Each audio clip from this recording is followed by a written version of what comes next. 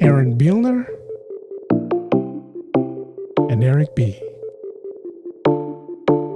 And you're listening to the Diary of a Little Man's Podcast. All right, another episode of the Diary of the Little Man's Podcast.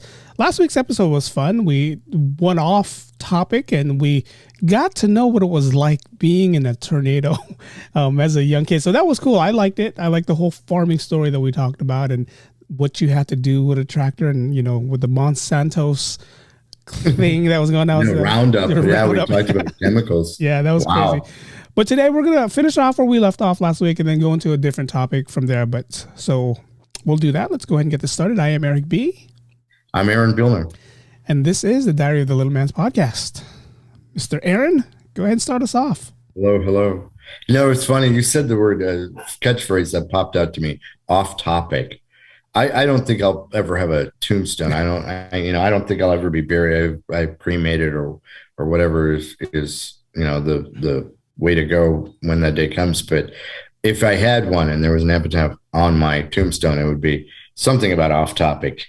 My entire life was off topic because I go on tangents. We're doing that in this series, and I like it. People are like, it's all over the place, and I'm like, yep, that's exactly it. That's where we are. This is what makes a good podcast. Is I listen to the podcasts that are scripted. If they're telling a story, those are cool podcasts to listen to. But the ones like this that we speak and we're starting off something and then we veer off into something else, it's more entertaining because, you get to hear more of what our thoughts are and what we're thinking. And that's, to me, is more authentic than a scripted podcast. Nothing wrong with a scripted podcast, but, a podcast like this is something I like listening to.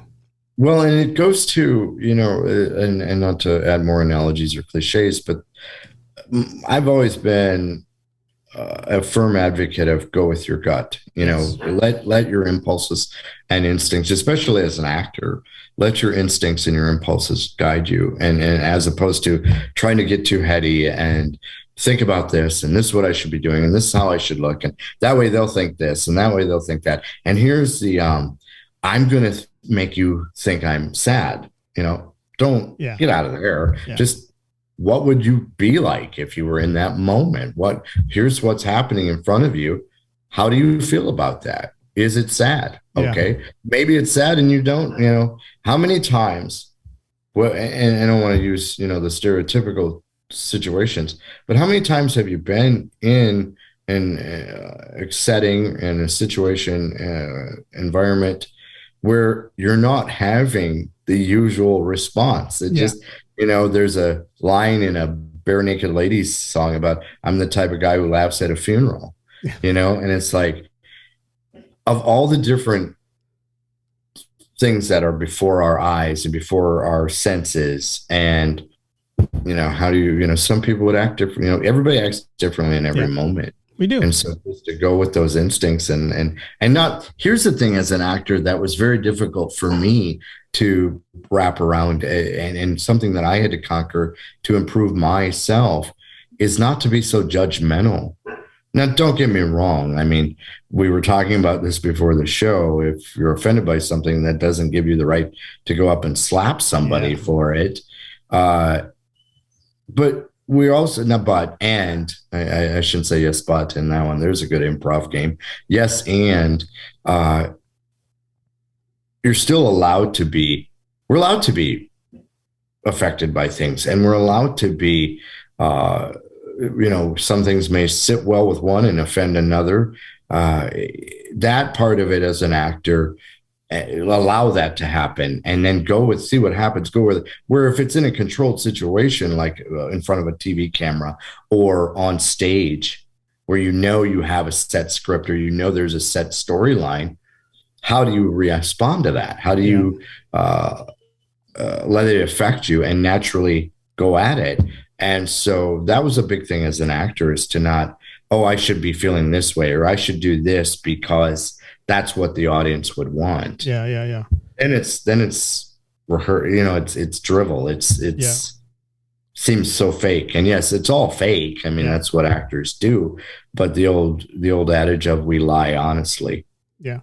I mean, that's A lot of people say that's what comes with Hollywood, right? Your lives are opened up. People sees and hears everything that you do, every little step that you do.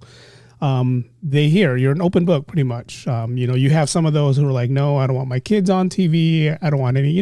They're trying to live the most private life they can. Right. But with what happened last weekend, I mean, that to me, I don't know. I'm torn between that one. Chris Rock had the right to say what he said. He's a comedian.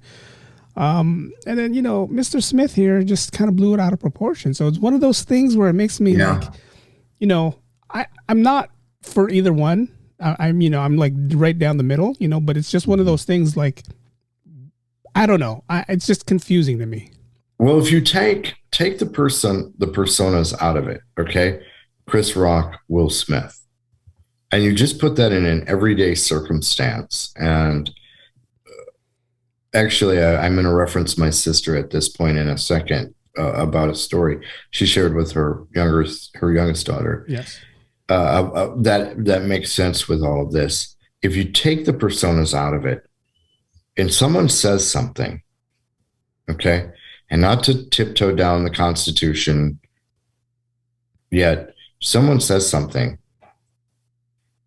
you don't have the right to physically accost them. No. Because I mentioned my sister because they were talking about this thing. It's definitely received a lot of press. Yeah. Which is that saying any press is better than no press at all. Yeah. And it has brought a lot of attention to all parties involved. It has probably helped in some ways. It has, probably boosted things for the Academy because they got attention that they weren't getting for how long. The ratings and the viewership was dwindling, and now you've got this soap opera drama happening, and who's going to do what, and does Mr. Rock sue Mr. Smith? And it's a infinite loop of insanity. Yeah. Over the whole event. But my sister was talking to her youngest about it, and her youngest, who I believe is 11 right now, and she said, Chris Rock said something mean. Well, he did, absolutely. So then my sister kind of made a subjective example with me and said, your uncle happens to be a man with, achondroplasia, and he's 4 feet and 3 inches tall. And the things that have been said to him in his lifetime, does that warrant him going and physically accosting anyone, or, responding with assault with battery, which is what it was. It was battery. Is that allowable? Is that okay? Hey, you said the M word and I'm going to punch you in the face. Well, that's not going to, I would go to, the person who said the M word is not going to be arrested. I would be, if I punched him in the face. I mean, and rightfully so. So that's the hard part about all of this, is that this is this person and he won the best actor and all. Before any of what happened, and he should have been escorted off the premises immediately and all that. And I don't disagree with that. I mean, at the end of the day, it's still battery. Yeah. But that's the crux of it, is before any of that, this is Chris Rock and this is Will Smith and who's more important than blah. It's battery. It's battery. Yeah. So then, we were talking about this earlier. Was this a setup? Was this, I don't want to walk down. Everybody's got conspiracy theories. Yeah. We've done conspiracy theories since the beginning of the time. If it was a setup, was it too good? I mean, was it too much? Was it, it's unsettling that we even walk down any of these paths. Yeah. It's unsettling to have to even consider this right now. I mean, to me, the whole setup thing, that's the first thing. I watched it live. You mentioned earlier that you only knew about it because I posted it on social media. Yeah. Because I was watching it live, and, this is the first time that I'm watching an event like this live, because I wanted something to talk about Monday morning, because usually this is, topics that we talk about. And then when he got up there and he just smacked him in the face, I was like, wait, in my head. And this this day, a week later, my head's still processing whether it was real or not. Because that moment when he did it, I was like, is this staged? You know, I'm waiting for the TV to go blank and say, we'll be right back. Because if they did that, then I would have known it was real. I would have known, okay, the Oscars, this is real. They don't want us to see. But no, they kept rolling. They kept rolling.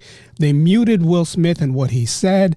And then 10, 15 minutes later, if you go on Twitter, you know, you see news feeds or you see feeds from Australia and Japan where it's unedited and you can actually hear the whole conversation. So I'm like, oh man, this is not fake at all. So, but it makes me wonder, Chris Rock was just standing there. And if me or you was standing here and we saw someone walking up to us and we can see in their face that they're angry. Yeah, that's what I question too. I'm not going to stand there with my hands behind my back. No, yeah. You know, and it wasn't like he, you know, and not to dissect this too much or overanalyze. He said something that was at someone else's expense, no matter what it was, and whether or not he actually knew that Jada Pinkett was dealing with alopecia, whatever it was. Okay, he said something that was a snub. Yeah. So would you just be standing there going, "Oh, I'll bet you this guy's going to give me a big hug and a kiss"? Yeah. You know, and so it seemed like it was laugh, laugh, laugh, and then blam, and then oh wow. Yeah. You know, it's like all of it was surreal. Yeah. Surreal is the word I would use. Where from watching it how many zillions of times now and going, what's going on here? What really is going on? Now there are, you know, people have altered GIFs and where he does this spin move and then kicks Will Smith and like some warrior ninja. And it's just, I think we're always being played in some form or fashion. Even when it's real, I think we're always being played nowadays because there's ability to do such a thing. Yeah. But it just, the whole thing is so, you ever been in those situations, not of that nature necessarily, or well, maybe sometimes of that nature, where you're in something that's right before your eyes and you're going, did this really happen? What's going on? And you're like, this was awkward, whether it be out in public, whether it be at work, where you're just like, God, my skin. That's where I felt when I saw it. And I mean, I saw it after the fact, of course. And so it's re-recorded, you know, it's been already done and handled or talked about for hours already. I just felt uncomfortable, like it was actually, you know, happening for the first time. I went, oh God, how did they get to this point? Yeah. And so, it just, you know, as a little person, I have plenty of times heard so many different words and they, you know, we all have different things going on. Nobody can, I mean, we would all be absolutely insane by now if we could think of if you could actually empathize to the point that you could feel and relate with every individual on it. If we had that kind of mental capacity, we'd all be like, crazy, you know. But there are days where things hit you and bounce right off your roll or whatever cliche you want to use, right off your back, and you don't even think about it. And then there are days where you're like, it really sticks with you.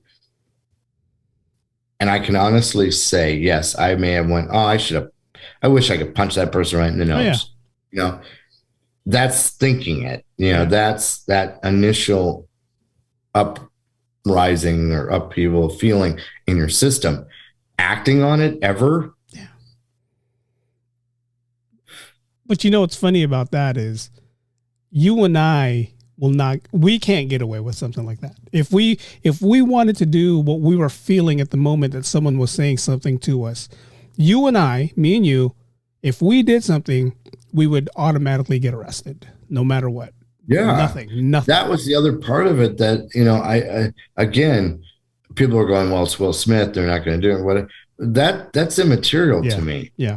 And no, I'm not Will Smith, and no, I'm not of that caliber yet. I don't, you know, I don't question that, but you have to take that hierarchy out of it and go, when it comes down to the basics, a person was struck by another person for what that person said, the initial person said. And I don't know exactly who it was, but there have been other comedians or other people that have said, you know, now does every comedian flinch every time they throw something out there, Yeah. for fear of somebody getting on stage and, I mean, physically costing. I also blame the Academy. I mean, the Academy should have had, you had your A-list sitting in front of the stage, and in the back of their heads, they're like, oh, no one's going to go up there. But, you're drinking alcohol. It's a 4-hour show. I'm pretty sure they're, some kind of, they were wasted in some way. You would think there'd at least be one or two in tuxedo security people sitting there to make sure stuff like this doesn't happen. I know moving forward, they already talked about this is what they're going to do. But, the Academy, one, you didn't have anybody up there. You kept rolling the tape. So it makes me wonder, was this staged? Was this fake? Was it something the Academy wanted to do to boost up the ratings? I mean, it's just one of those things that we're gonna go 10 years from now. We're going to say, hey, Aaron, do you remember who won the Best Actor in 2022? You're going to be like, no, let me think about this. Oh, but do you remember the Will Smith and Chris Rock incident? And everyone's going to remember that. Well, yeah. And I would say, though, to that question that, is that the only reason I would know is because he then ended up winning that award. Yeah. So here we have Will Smith's best impression of Muhammad Ali, roughing up Chris Rock at that particular moment. And now we have him as the Williams sisters' father winning the award, King Richard. And so it's like, it's like a roller of emotions. Yeah. And then I've read where the Academy's like, well, they asked him to go and he refused, to leave. What is that? I mean, that's very slap wrist kind of thing in response that a wrist slapping response that, oh, well, we weren't happy with this. And we, asked him to leave and he said, no. It's like, somebody probably, and again, Will Smith out of it. I have no personal attachment to either one of these people. And so it's not a matter of, I wish this bad thing or that bad thing. Someone said something, somebody responded, there should be a consequence of some nature. And it's not a matter of, oh, you have a beef with this person or, you don't understand what people are being subjected to. Okay. Someone was offended. Yeah. There seemed like there was a delay to that too, though. There seemed like, oh, we're laughing. We're not. Oh, we're not laughing. We're laughing. We're not. Wait, we're not laughing. And boom, slap. And now, is this a joke? Are we do we laugh? Do we sit there and cry, cringe? Do we put our heads down and go, what? And I can't remember, and I apologize, as a podcaster should have this, but there was the person, the actor behind him, the female actor to his Lupita, event. I think it was Lupita. Yeah. I forget her last name, And her eyes were telling a lot too. It's like, is this what's going on? Exactly. Hello. And she's doing a lot of, and then Will Smith speaks and says what he does. And so it's like, oh, I don't know what's going on. Yeah. It really left a tainted mark. It left a stain, for lack of a better word. So I just, the whole process of, and we can tie this all into the diary, is that, people get offended. People say things. Yeah. Yes, people are, let's just be honest, quote unquote, people are assholes. Yeah. Yeah. They say, whether it be a joke or not, whatever, insensitivity knows no bounds anymore. And was it appropriate? Was it offensive? Obviously it was to certain people, and they have every right to feel that. It doesn't allow you to physically respond. No. I'm never going to agree to that. Violence should never. The only time I think violence is okay is if you're defending yourself. Yeah, if you're defending yourself physically because somebody is being physically violent with you, I hope you survive. That's number one. It's open door. You can do pretty much what you need to do to defend yourself. So. If somebody comes at you physically, do whatever you have to do to save yourself. Yeah. Absolutely. You don't sit there. There's no time to be a martyr. There's well, I died at no. If somebody's physically coming after you, whether it be me or my significant other or my children, our children, yeah, that's when I'm going, hey, Let's go. Yeah. Let's do this. Let's see what happens. Because I'm going to, of course, any human's nature is to protect themselves and to protect their loved ones. Yeah. Or anybody who's being wrongfully attacked. Yeah. Yeah. Right. Well, we spent 20 minutes on this topic. Let's go ahead and move on. Yeah, we hit it. We hit it. We talked about it. Let's talk about what we were here. We were talking about last week. We're talking about tornadoes. We were talking about our oldest daughter's dog barking at me because can't figure it out. And I was thinking about adult versus child perspectives, how life works. And I had mentioned in Instagram, mentioning about the word achondroplasiaphobia, which I sound very inept. I didn't know was a thing. I mean, well, I did after a time, but I didn't even know there was a term for it. The term part I didn't know. Yeah. Achondro by itself is a long word, and then you throw phobia, achondroplasiaphobia. And, we were discussing this earlier of there's a phobia for everything. Yeah. I mean, you can, I made a joke, or it was a very lame joke about, luckily I don't have the phobia of like beige wall paint, because as you can tell, that's a thing in my home. But it's just, so achondroplasiaphobia is the fear of little people. Yeah. Which I'm a sarcastic individual. You know this, Eric. I'm very dry sense of humor. I've been told. I don't know. I really don't know if what I say is that funny. I think I have a really bizarre perspective on a lot of things. So people go, oh, he's crazy and funny. Yeah. But the idea of, and we're going to go in all different directions with this today, the idea of being afraid of little people. My first guttural response to that is, and again, trying to pick any fights or cause any fire to have someone slap me. I wonder if there are phobias. I'm sure there are, but phobias of other things based on appearance. Yeah, possibly. Are there phobias based on color? Are there a race? Are there phobias based on, if someone were to have thicker eyebrows? I mean, I'm reaching here. I mean, I'm just being goofy, would that be the Groucho Marxophobia? Yeah, you're right though. I mean, seriously, are there phobias based, and I should dig and maybe we bring this up in the next one, do a little research for the next show of all the different phobias based on appearance. Yeah. Because all these different visions flashed into my head, which is like any given day for me, which probably means I should be in an institution so people take care of me. But all these different visions of like what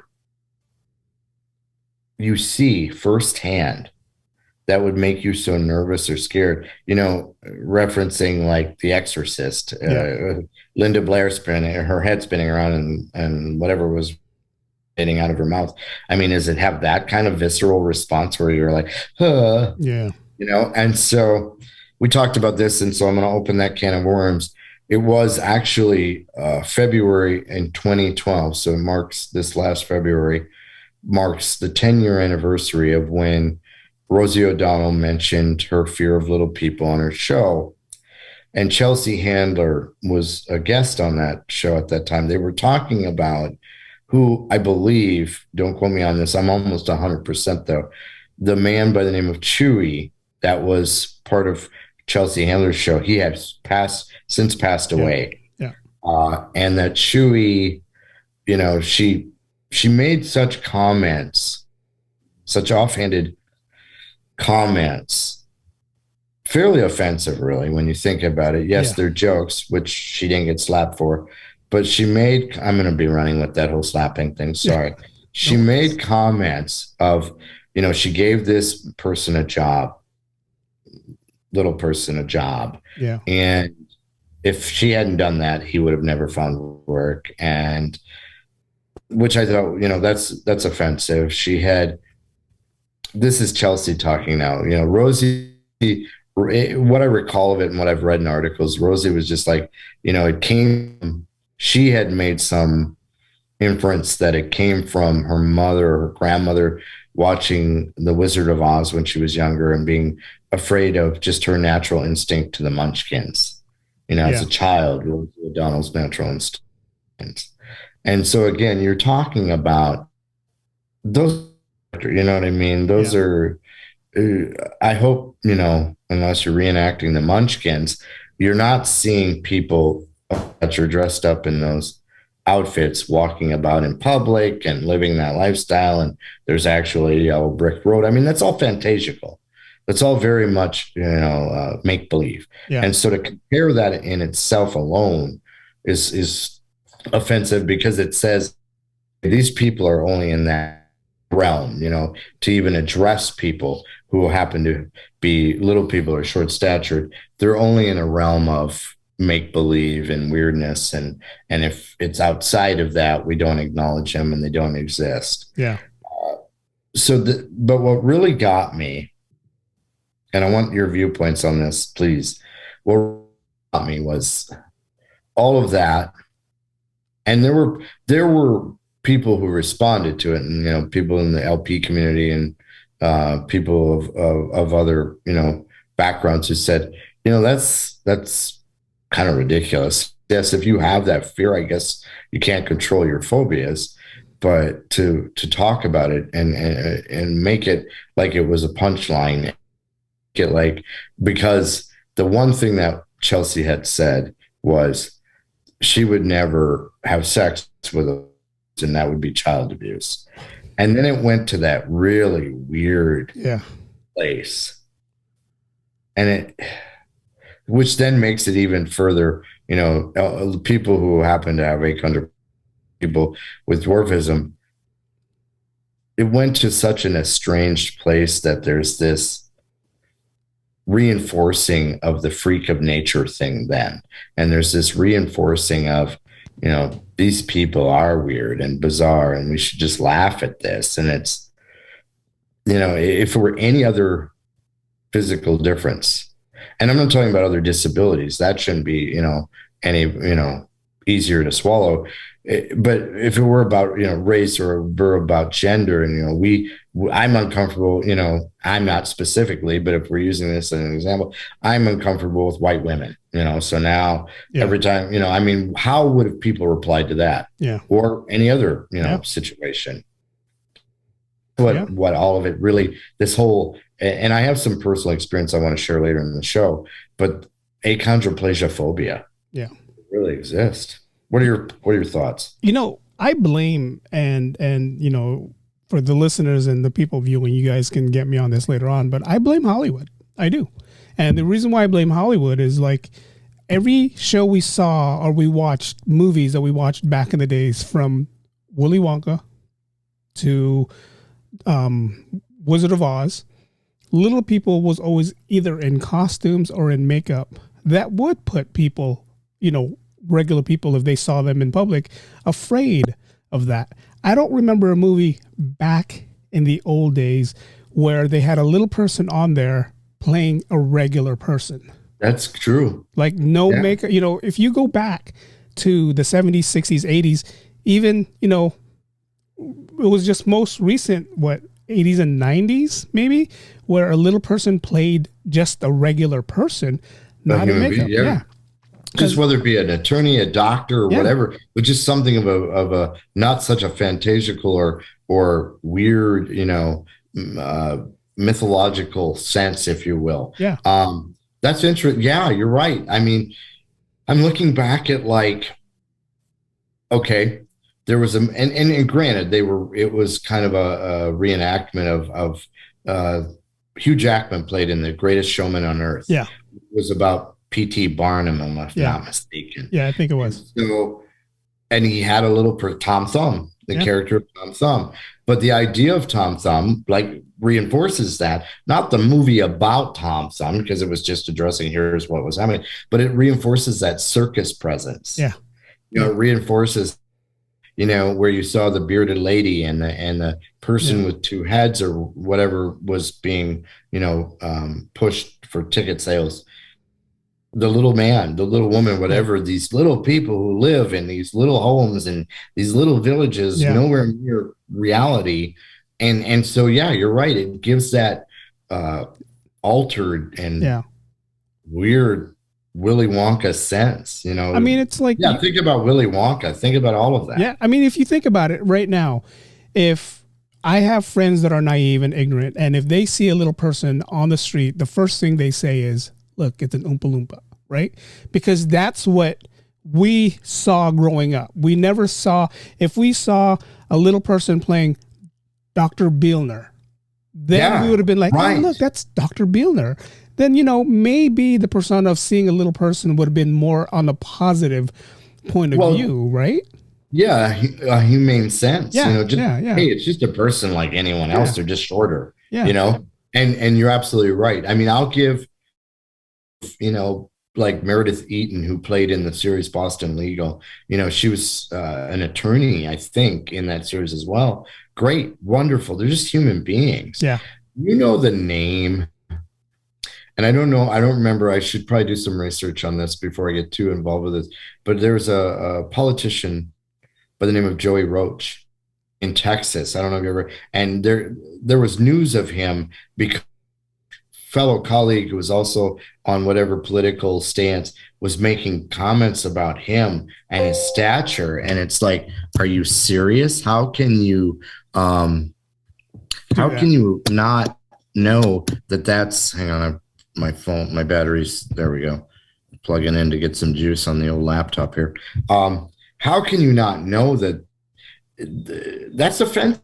Yeah. It'd be as offensive as if you made a racial joke or a gender joke or whatever. You're talking about something that a person cannot control. Yeah. Okay. Yeah. If I color my right now, all right, if I color my hair pink and you think it's ridiculous or whatever, that's something that I chose to do. Okay.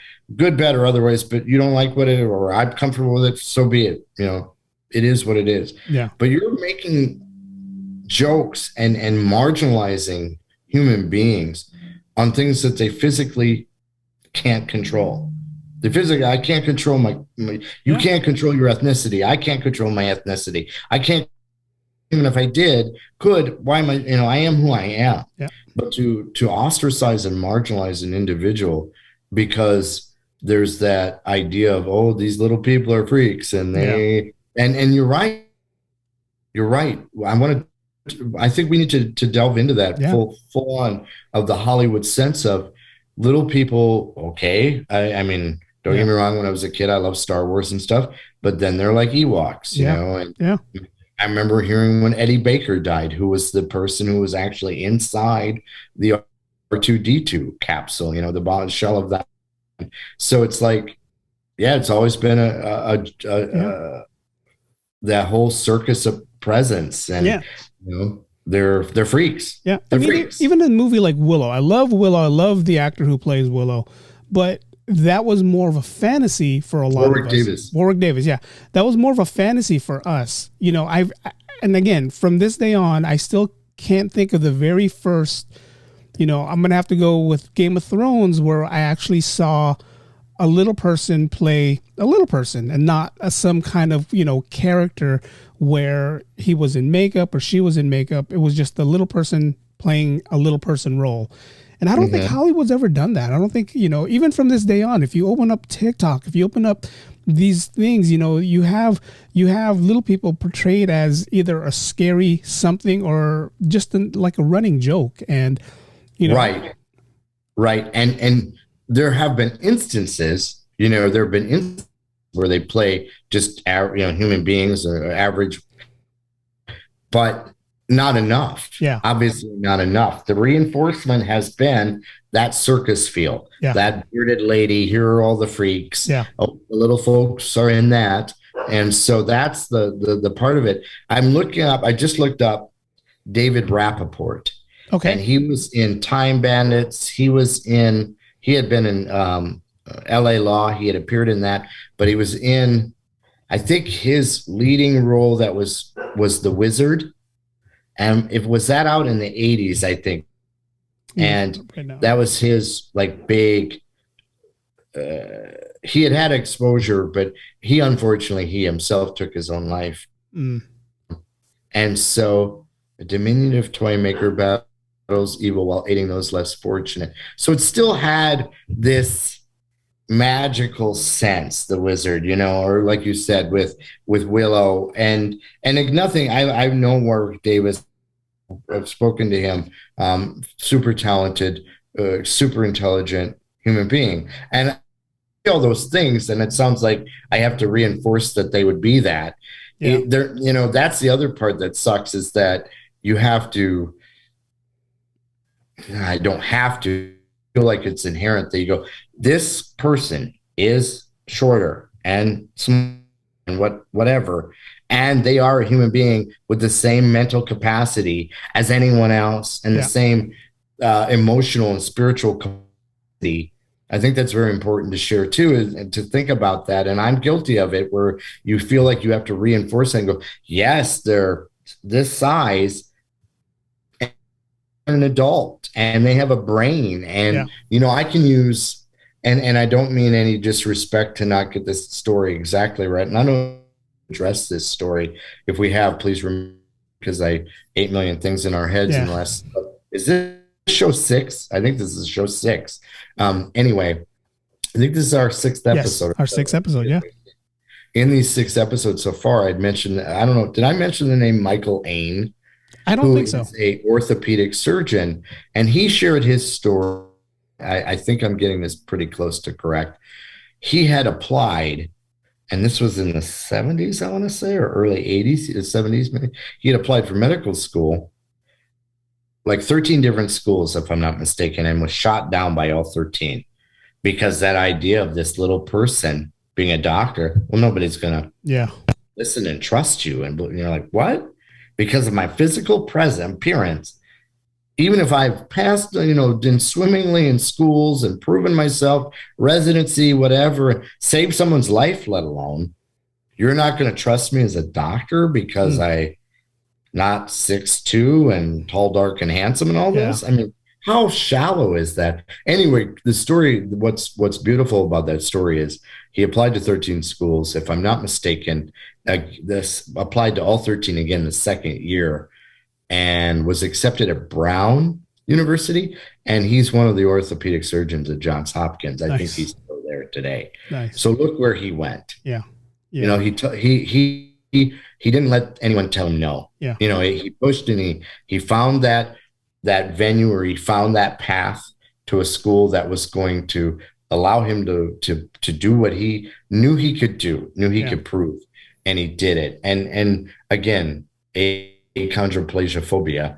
I mean, again, I blame Hollywood. I blame Hollywood on a lot of this, just because if they would have took a little person, portrayed them as just the regular person trying to live a day-to-day life, maybe Rosie O'Donnell would have looked at them as like circus characters and wouldn't have been afraid of them growing up, because that's when it starts. You know, when we're watching, you know, Willy Wonka and the Chocolate Factory and The Wizard of Oz, we're watching that as young kids. And when we see these little people, and if your parents is not telling you these are just actors, they're just characters on a TV or a movie, you know, they're real people underneath. You know, if they didn't tell you that, in your head, you're thinking, this is how they all look. This is how they all, you know. Right? General nature to assume, that, you know, and that, well, they must all be like, this is what they do. This is how they've been portrayed. You know, let's not to get too crazy with this, because I don't want to upset anyone or offend, because that's not my intention. But look how certain races have been depicted in the past and whatever. And look at this. You have to overcome there. You know? I mean, how ridiculous. So any type of physical appearance where you're going, well, this, you know, this is what they are. You're right. You know what? You open the window there, because I'm thinking about that going, Hollywood made this circus freakish appeal for, whether it be Time Bandits, whether it be Willy Wonka, whether it be the Wizard of Oz, any type of individual that's been in, any of those, little people that have been in any of those representations, it's been a freakish and a joke and magical and fantasical and many other adjective. It's just, it really a long time to overcome that. Yeah. It takes, even today, I had read an article, when Game of Thrones was popping years ago, really popping. I had read an article that was somebody's wonderful input about, hey, is Dinklage the only midget in Hollywood? And it's like, God, how offensive is that? Jesus, yeah. I mean, come on. It's like, even when you're addressing a topic of, hey, are there other little people that perform, and there are both male and female truckloads who may, at that time don't have the notoriety that he's had, and more kudos to Peter Dinklage for all of that. But just that whole, how they responded and said those, the word, are there any other midgets? It's like, Jesus, it's acceptable. Why is that? But you're right. Yeah. It's because it's made it into that freakish, I have a joke in my one-person show about, people don't all live under a bridge and we don't reproduce with a handshake. I mean, we're human beings. Yeah. Okay. And we're still trying to break that. We're still trying to that freakish stigma. I got a funny analogy that ties in well with this. I have a coworker who has a dog, and her dog is different. It's deformed. It looks funny. It walks funny. And I asked her, why did you get that dog? Because they had the dog since it was a puppy. And when I say deformed, I mean, when it walks, it looks like an alien. I mean, the face is a dog, but the body isn't. But she said, it's still a dog. It just needs to be loved like a regular dog. It looks different. It doesn't act any different. He sleeps, he poops, he wants to be cuddled. It's just, he looks different. Right. And talking about this is exactly what, That's a great analogy. Yeah. That's a great, thank you for sharing that. That's an analogy, because it's like any living being. Yeah. We're not the same, and yet just because I'm not a man of 6'2" or 6'3" doesn't mean I'm not a man. Yeah. Or not want the same things that men want the same things that any person my age and later 40s wants. And desires and hopes to conquer and accomplish. Yeah. It's that. It's just, how can people be so selfish in their thought process to think, to me, it's a sign of ignorance. And, it's ignorance. I was just, while you were there, and I wasn't, when you said that this dog is different, I want to preface, I was laughing at that the dog may, be physically different, but just that this dog was different. I thought that was entertaining how you opened that. But your friend's right. Yeah. Wants the same things that any other, it's still a dog. Yeah. Still going to lick itself, still going to sniff and lick everybody's faces when it's excited and the tail spins around. I have to read this because I saved this. I'm glad that I thought of it. It's really quick. America is not divided by race, color, gender, or sexual orientation. I'm divided into wise people and fools. And fools divide themselves by race, color, gender, or sexual orientation. Yeah. And you could add in their physical difference, whatever. Yeah. Yeah. To me, that's I've never understood. And again, I have to directly deal with it because I'm a man with dwarfism. Yeah. I've never understood people having phobia towards others because of their any appearance or gender or any of that, So when we talk about achondroplasiaphobia, I share the story about, we were in graduate school at the time. We were doing a production in our second year. Was all grad actors. We had, not true. We had the whole graduate company involved, but there were a couple other actors that were undergrads because we didn't have enough graduate actors to fill all the roles for the demands of the show. And did I tell you about this stage manager's assistant who had achondroplasiaphobia? No, you didn't. Talk about this? Yeah, talk about it. I'm not naming names, and honestly, I can't remember those names. So I'm not, pointing out anyone. And I'm going to share how I handled it. And I'm not proud of how I handled it now. In the moment, I could have done it a little differently, but in the moment, I didn't hit anyone. I didn't slap anyone, I promise. Yeah. But in the moment, I was just a little incensed. So we're working on this show, and we're running out of time, and the show's not where it needs to be. And one of my great mentors, my own really, truly great mentor at UGA, who is the guru, as far as I'm concerned, the guru of the acting program, he was directing the show, and we're not doing well. We're struggling. Yeah, we're not where we need to be. It's got the holes in it. People don't know their lines, and I can see we're like in the middle of this workroom, this performance area. And to my left is my mentor, who's the director, his stage manager, and an assistant, because of what we all needed done at that time. There was a lot to do in very little time. We're bombing, and the people are laughing, which chapped me a little. Yeah. And I said, so many words are left. And I'm going to be blunt. I'm going to be honest with you. I was like, we're going to take a 5-minute break. We're going to regain composure here. We're into this.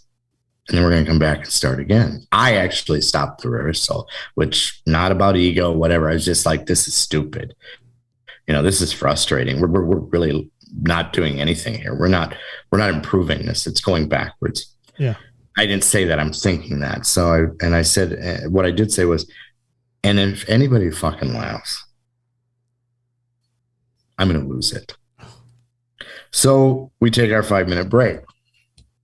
Here's where I can't even say it. It's so long. It's like 15 different, what is it? Vowels. Vowels, but also how many syllables? Syllables, yeah. Achondroplasiaphobia. Anyway. So the assistant or the stage manager approaches me and said, Aaron, this person, the assistant, I'm not going to give any information as far as identity. This person is afraid to come back in the room. I'm like, what are you talking about? Well, this person is afraid of little people. Yeah. That was in 2003. Wow. 2003 was afraid of little people. And since you just did that, this individual doesn't want to come back in the room. Wow. You freaked her out even more. Wow.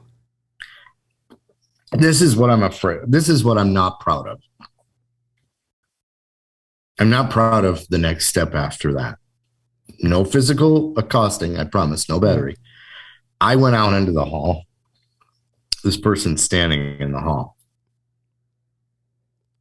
I didn't say anything for long, so I just stood there and stared. And it was almost like a child was being scolded, wouldn't make eye contact, and I'm not minimalizing her, sorry, at all. But it just felt like that. It just felt like a child being scolded and when finally made eye contact, I just looked straight in the eyes and went, get in the room. That I probably could have changed and did, but that person walked right back in. We started and we went. I was so incensed by it. Then now that doesn't give me the right to have spoken to her the way I did. Yeah. I'm not saying that. I felt horrible for that. I think I actually apologized. I know I apologized for that later. But in that moment of thinking about everything that was going on, and then someone tells you, because you look, this person's afraid of you. Wow. It wasn't like I was a wrestler, and big, intimidating, whatever, and we're doing a WWE match. It was like, this is real life, and someone's afraid to be around you because of your appearance. that has happened, not that specific situation, but I think we've talked about this in the past where I've been in productions that people have backed out of after they found out I was in because they weren't comfortable being around me. And one specific instance was like this parody horror film we did years ago here in Atlanta. And the character or the actor that would have played the character that backed out was like this weird love interest character. Yeah. And so they were in contact with each other physically in the story. They were sitting next to each other, whatever. And that was not comfortable to that person. So that actor backed out. That was interesting to me. And not in a good way. That was just, I mean, think about how that would make anyone feel. Yeah. I mean, and let alone then it became known in front of the rest of the cast. Why is this person not in the show? And then the buzz and the quiet whispers and they're uncomfortable with the fact person or person with dwarfism, whatever they said or whatever terms they used. I mean, think about that. Then you have that subtext spinning in people's heads that are working with you that, be uncomfortable. I hope they're not uncomfortable. I hope not comfortable around me, but it's still spinning in their heads of, oh yeah, Aaron's that kind of, Aaron's a person with, dwarfism, or Aaron's a short person or a little person or whatever other term dwarf, whatever other denotation and connotation they want to use, but so then that's there. Yeah. It's kind of like when somebody says something in a courtroom, they go, strike that from the record. Yeah, I get how procedure works, but it's still been said. It's been said. Yeah. It's out there, or it's been implied, or it's whatever, and people know about it. So then that further isolation still exists. Yeah. And so when you say that about Hollywood, here's the depictions that have been for decades from the beginning. I mean, if you look at the very first documentations of people that were obvious, someone with dwarfism, someone with a physical difference in our history, it's either freak of nature or magical deity kind of feel. Exactly. Yeah. So look at that. And that's been going on for centuries and thousands of years. And that's a tough obstacle to overcome. It is. Because it's been going on. For example, like the Bess, I remember doing some research at BES, this character, or not character, but this, I think, mythological creature or mythological being that BES from like Egypt, if I'm not mistaken, that was like BC and 2500 BC or whatever, and considered deities. Yeah. And so then there's that, look at the history of life with people,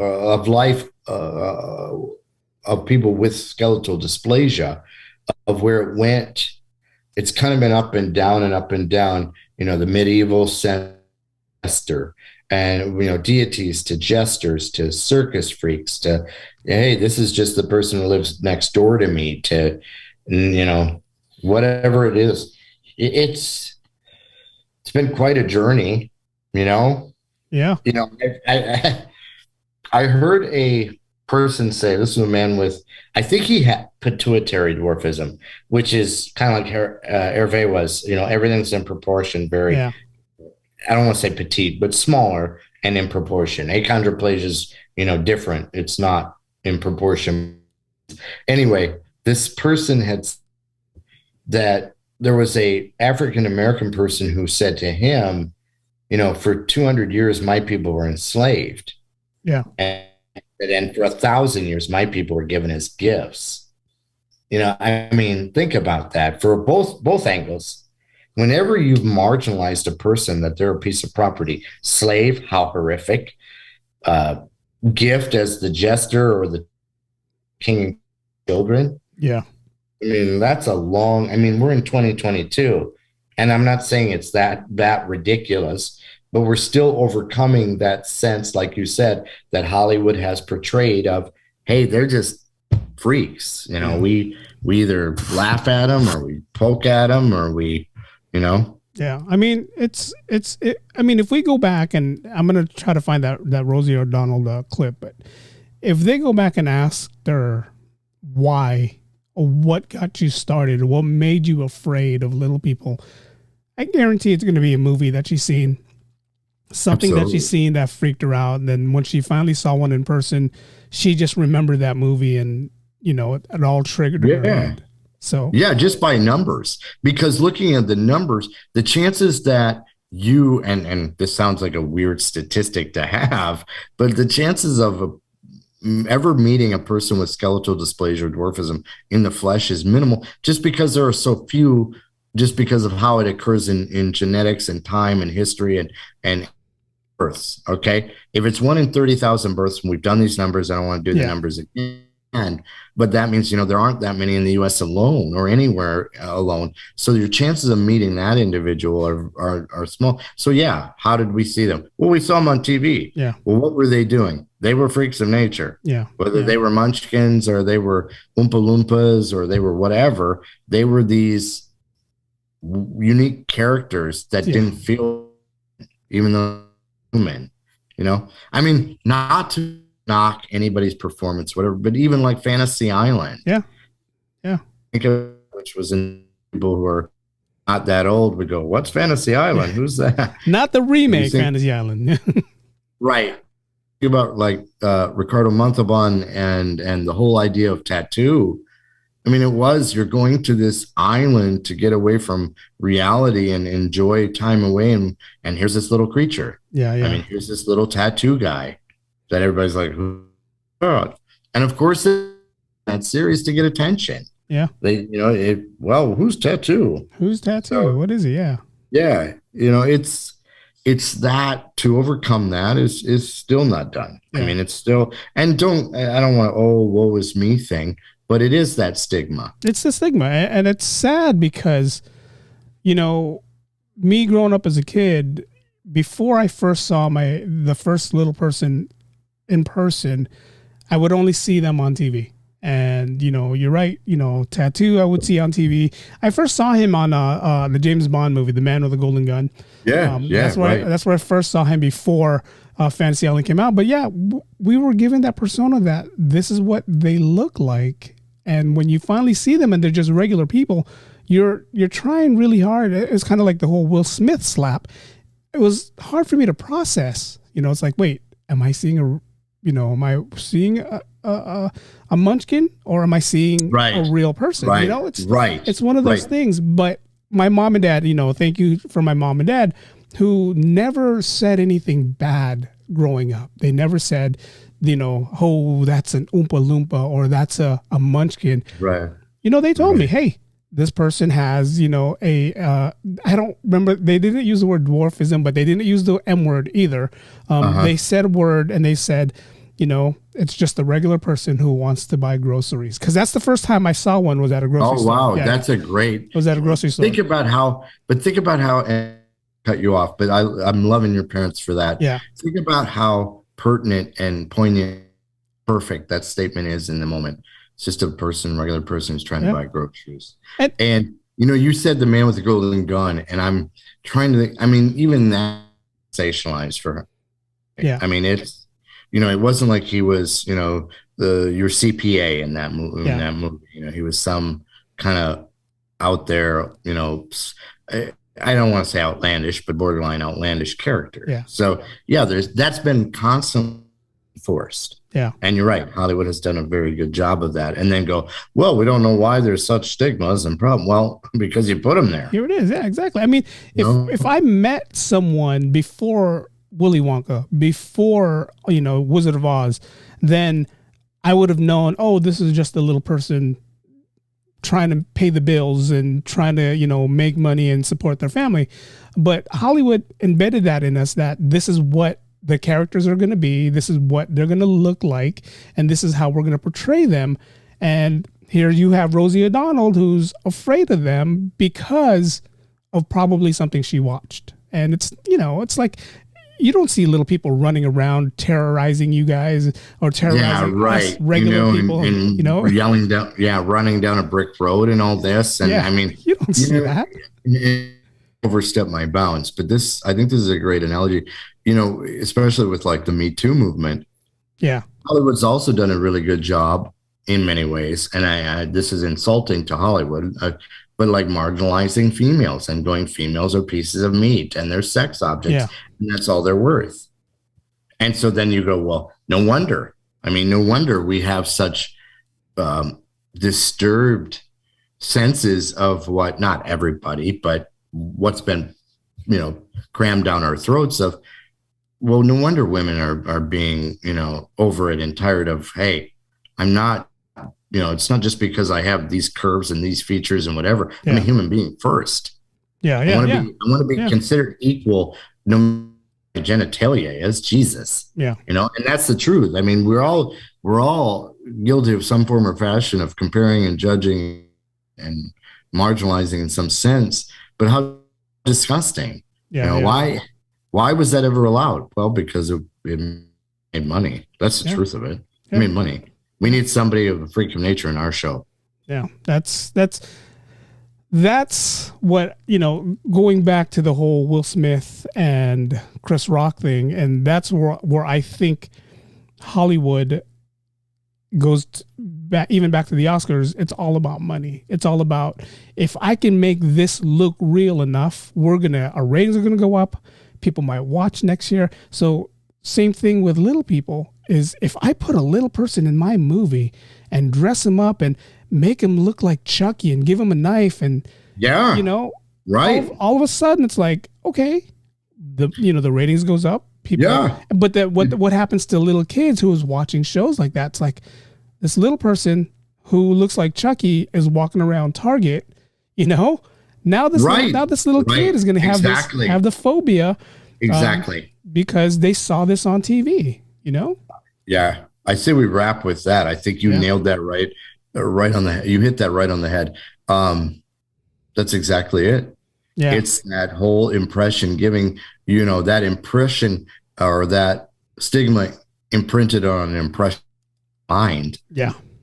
And then how do you overcome that? And I mean, that's what they assume, and that's what they were told, and that's what they were presented, The one good thing about me living in San Francisco, besides the whole diversity that I live in, I've seen every shape, forms of every human being you can think of, Middle Eastern to people from Texas country to little people to very tall people. And that kept my mind open, and it kept my mind open to where, I'm glad I had a little person as a friend growing up in high school, because it did open my mind. It made me see that you are real. You're just a person who's trying to get by high school, who's trying to not be treated any different. But then at the same time, I had friends who are like, why are you friends with him? What's he going to do for you? But it just shows me how ignorant people are. And it made me a better person, because you have your ignorant people who don't even want to open their hearts or open their mind to talk to somebody. And then you had this guy who was like just a regular person who would be like, hey, what are you doing tonight? Nothing. All right, let's go out. All right. Right. And that's I give major props. I'd love to close on this. I give major props to your parents. Yeah. Who said, it's just a person who's trying to buy groceries. Yeah. And it, awesome. I remember that day vividly. He was going around and he had ragu in his hands, and it goes back to your story with the ragu. He had ragu in his hands, and he asked, I want to say it was his partner, it was a regular person, asked his partner, said, should we go with the mushrooms or should we go with the vegetables? And I remember that because me as a kid, I was standing there staring, because in my head I'm processing, this is a little person. Right. Which is human and natural. You're a child. I mean, as a child, we're processing as adults, but and here he is just trying to figure out which sauce to buy. We want the, that's as not, or I should say inconsequential as the whole, which sauce to choose issue is. Yeah. It's so romantic and beautiful and here's, just life happening. Yeah. Yeah. and observing it, and your parents' response. It's perfect. Yeah. So. This has been a great show. We kept true to what we were going to talk about. We also Achondroplasiaphobia. We discussed what was going on in social media for the past couple days, but that's water under the bridge. We're going to move forward with that. But I want to thank everyone for listening. Thank everyone for watching. Definitely follow us on our Instagram account, The Diary of the Little Man's Podcast, and the same thing on our Gmail account, The Diary of the Little Man's Podcast on gmail.com. We are available on all podcast platforms, so please feel free to listen to all podcast platforms, or you can watch us on YouTube, The Diary of the Little Man's Podcast on YouTube. But until next week, we're going to come up with something else, and we'll tease you guys in the middle of the week. We'll see you next week. Thank you. This is The Diary of the Little Man's Podcast. Thank you. You've been listening to The Diary of the Little Man's Podcast.